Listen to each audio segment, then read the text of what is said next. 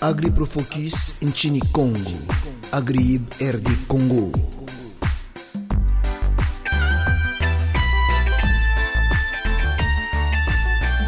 Sauti ya mlimaji,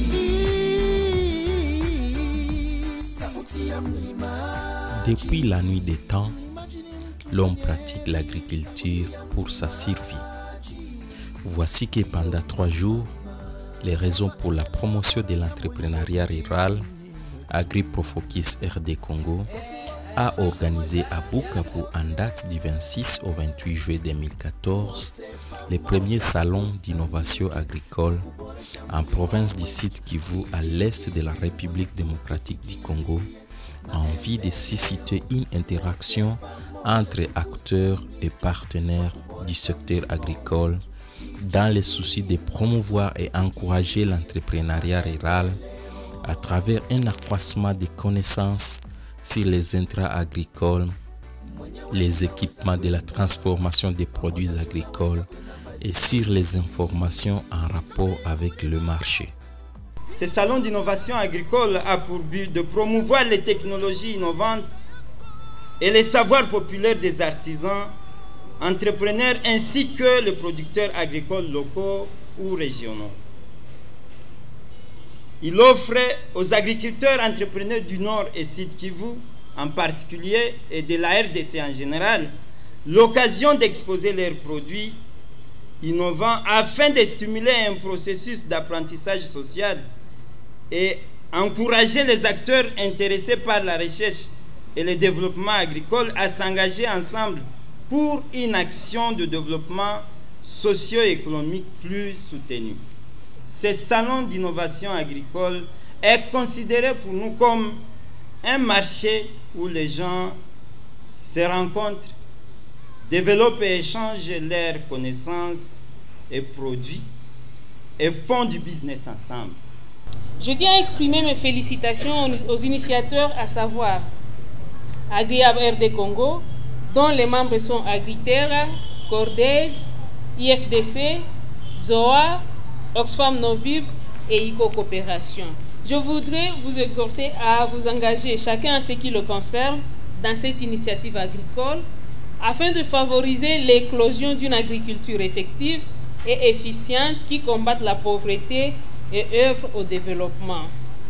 La production agricole nationale reste très faible pour couvrir d'une part la demande nationale en produits vivriers et en espérer le surplus qui pourrait être destiné au marché. D'autre part, les exportations demeurent très faibles pour les cultures industrielles. Il y a à cet effet nécessité d'encourager la promotion et le développement de la production agricole pour répondre à la demande alimentaire au niveau national, mais aussi rendre nos produits exportés plus compétitifs sur le marché international. Il est vrai que cette initiative n'est possible que si ces entrepreneurs ont accès au renforcement des capacités, au crédit agricole et aux services de base. C'est à quoi s'emploieront le gouvernement provincial et ses partenaires agricoles en vue de soutenir les activités de production et de commercialisation pour ainsi répondre à la vision du gouvernement de la République de faire de l'agriculture le pilier de l'économie de notre pays. Au premier jour, après les discours prononcés par les coordinateurs d'AgriProfocus RD Congo, suivi de celui de la représentante de ICO Coopération et les mots d'ouverture des activités par les gouverneurs des provinces ad intérim, M. Jean-Julien Miro, la délégation de l'exécutif provincial, parmi laquelle on signale la présence du ministre provincial de la Santé et du bourgmestre de la commune d'Ibanda. Cette délégation a fait le tour de quelques stands pour visiter des produits exposés à cette occasion. Au cours des tours des stands, de brèves explications sur les produits exposés étaient donnés par les organisations qui ont participé à ces salons d'innovation agricole. Et c'était une opportunité de présenter à cette délégation et au grand public les produits innovants en élargissant leurs rayons de marketing tout en vulgarisant leurs innovations. Et de ce salon, ce que nous attendons, nous allons beaucoup apprendre des autres, comme eux aussi vont apprendre de nous. Et nous pensons que les centres de recherche et les universités vont trouver des matières à approfondir afin d'accompagner ces paysans qui ont amorcé ces activités de recherche et qui ont des difficultés de pouvoir les continuer. La mission de l'IFDC est d'accroître la productivité agricole de manière durable à travers le développement et le transfert de l'expertise.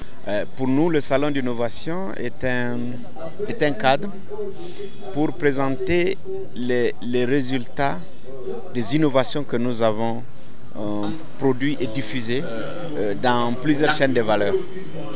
Et à cet effet, nous avons même fait venir et participer des acteurs que nous appuyons, des organisations que nous appuyons, pour qu'elles puissent exposer ce que nous les avons appris.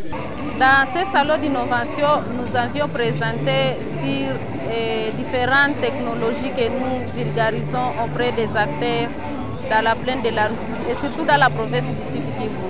Nous avions pu présenter sur la gestion intégrée de la fertilité du sol et nous avions présenté aussi sur la technologie de placement profond de l'urée, donc des engrais, comme les briquettes de DAP et les briquettes d'urée. C'est une nouvelle technologie aussi qui permet aux producteurs d'augmenter les rendements à l'hectare. J'ai compris qu'il y a nécessité de collaborer avec plusieurs acteurs ici, plusieurs partenaires, notamment Harvest+, comme ils fournissent aussi les semences de bonne qualité.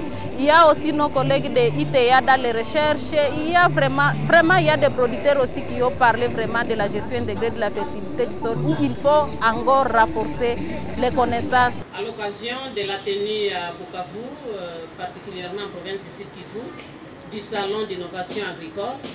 Ce salon d'innovation agricole nous a beaucoup intéressés en ce sens que il s'agit de présenter les réalisations. Il y a beaucoup de choses qui se réalisent au niveau de la province et qui sont méconnues par la population et même par les partenaires qui pouvaient d'ailleurs avoir la bonne volonté de les appuyer. C'est alors que nous, en tant qu'intervenantes dans le secteur de l'environnement, nous avons estimé que nous devrions être là aussi pour pouvoir nous manifester, pour pouvoir montrer au public sud-kivusien qu'il y a des femmes qui interviennent dans la protection de l'environnement. Et donc notre organisation, c'est une organisation qui intervenait beaucoup qui intervient d'ailleurs beaucoup pendant plusieurs années dans la sensibilisation de la communauté du Sud Kivu à pouvoir protéger l'environnement. Et donc il y a derrière moi ici, vous voyez, il y a des briquettes, la briquette biomasse qui est source d'énergie que nous sommes en train de produire au niveau de notre organisation.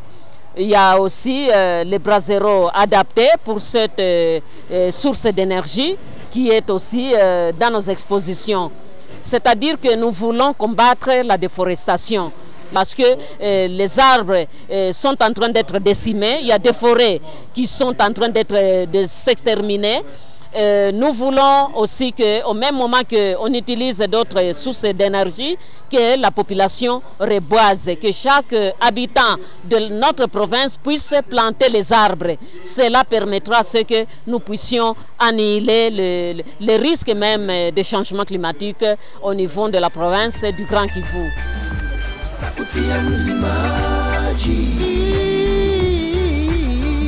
Vous voyez derrière moi, il y a une technologie traditionnelle que nous avions voulu montrer à la face du monde que malgré les manques de moyens d'acheter une machine qui peut bien transformer l'huile de palme, mais pas l'intelligence de la personne humaine. Nous avions imaginé qu'à base d'un morceau d'un fil dans lequel nous mettons un pilier, nous avions pu extraire, même si c'est difficilement, mais nous avions eu à extraire l'huile de palme. Nous voulons dans ce salon exposer nos problèmes que nous rencontrons liées au manque d'appui, liées au manque de financement, liées à l'ignorance de nos activités que nous produisons.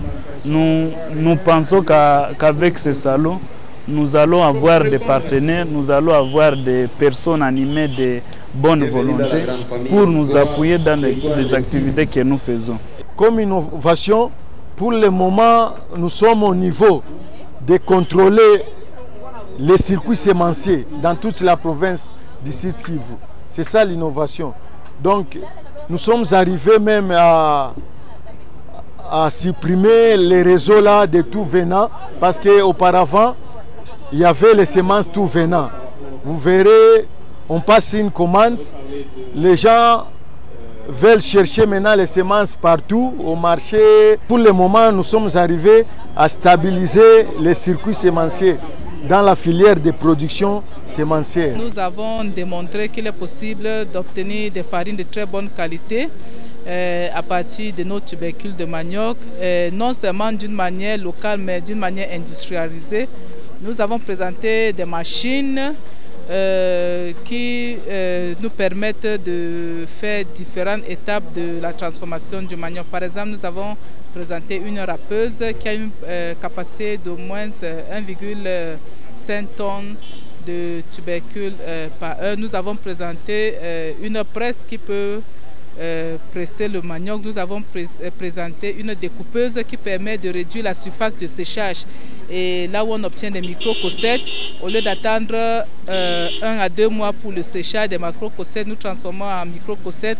Là où avec 2 jours de soleil, nous pouvons avoir des cossettes de très bonne qualité qui peuvent nous donner de très bonnes farines. Nous avons aussi présenté 25 produits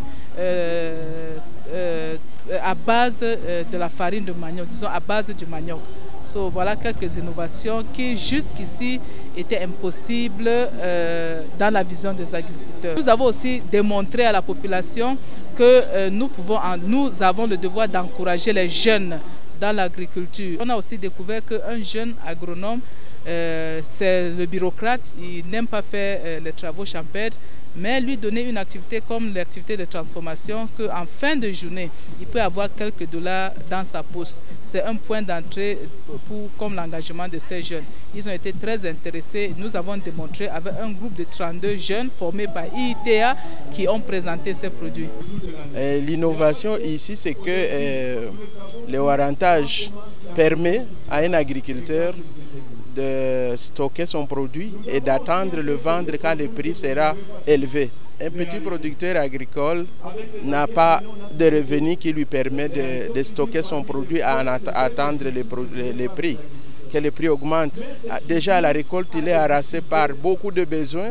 Il a besoin de vendre le plus rapidement pour répondre aux besoins de sa famille. Mais le warrantage, alors, comme innovation, va permettre de disponibiliser de l'argent auprès de l'agriculteur, et l'agriculteur pourra stocker alors son produit et vendre quand les prix seront élevés.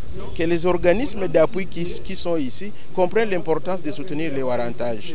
Il fallait que les appuyeurs mettent en garantie des fonds et que les agriculteurs peuvent maintenant utiliser les warrantages sans que l'institution de microfinance, qui est encore en train de craindre que ça ne va pas lui rapporter de l'argent, ait des garanties que son argent ne sera pas perdu. À ce salon agricole, en fait, je voulais présenter un peu les développements que nous avons en termes de production intensive des poissons. Donc nous pouvons, nous, produire des tonnes et des tonnes de poissons via un petit laboratoire. Donc actuellement, la production de poissons se fait dans des structures vraiment bien spécialisées où, avec un peu d'eau, vous faites circuler dans les structures qui sont des aquariums et vous pouvez produire des tonnes et des tonnes de poissons.